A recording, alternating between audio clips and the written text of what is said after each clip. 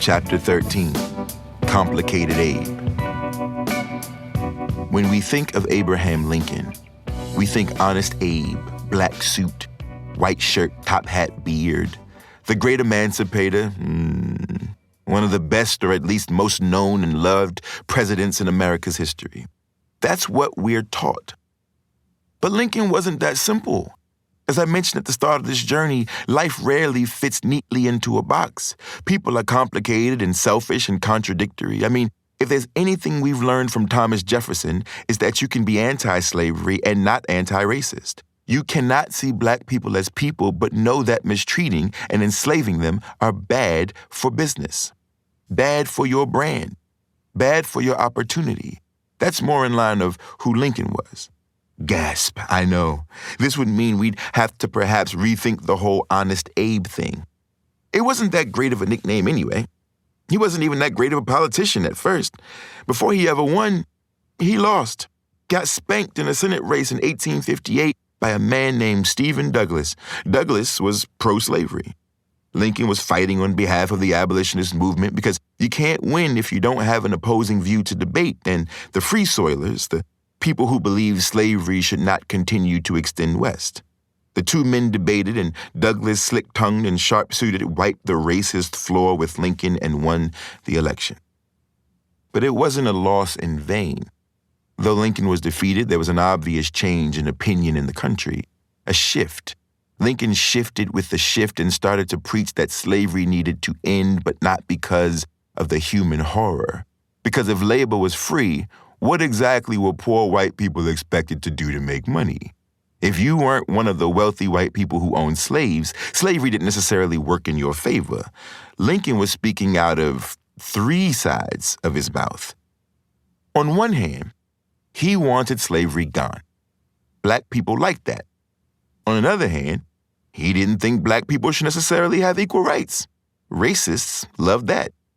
And then on a third hand, a foot maybe, he argued that the end of slavery would bolster the poor white economy, which poor white people loved. Lincoln had created an airtight case where no one could trust him. Garrison definitely didn't, but everyone kinda wanted to. And when Lincoln lost, he'd still made a splash as his party, the Republican Party, won many of the House seats in the states that were anti-slavery. So much so that Garrison, though critical of Lincoln, kept his critiques to himself because he saw a future where maybe anti-slavery politicians could take over. But it was politics as usual for Lincoln.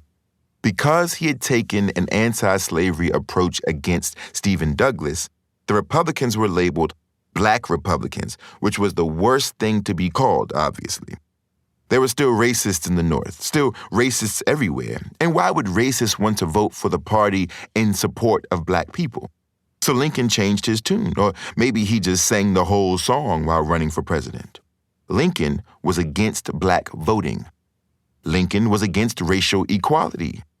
Lincoln and the party pledged not to challenge Southern slavery. And Lincoln won. But with the 16th president of the United States in place, untrusting slaveholders broke into panic. Panic that the economic institution that kept them living like kings would be in jeopardy. Panic that they wouldn't be able to stop slave revolts and would be overthrown. Haiti, Haiti! So they did what most people do. Well, most bullies do when they've been bested on the playground. They, the South, took their ball and left. The secession, which just means to withdraw from being a member of, not to be confused with succession, meaning a line of people sharing a role one after the other, like a succession of slave owners, not to be confused with success, which means to win, because that didn't happen, started with South Carolina.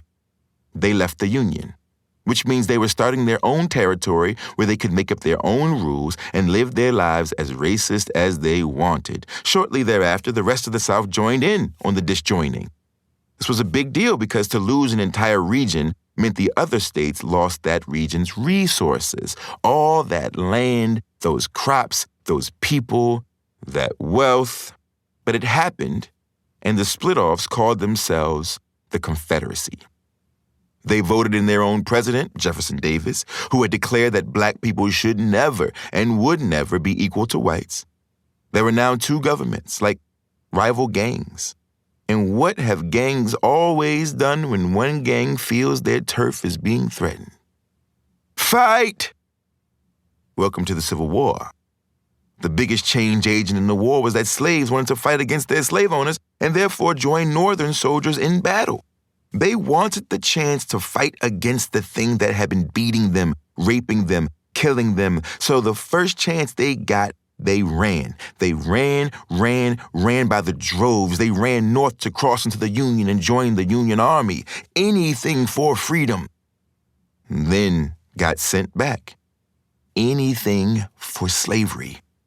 Union soldiers were enforcing the Fugitive Slave Act, which mandated that all runaways be returned to their owners. This was the summer of 1861.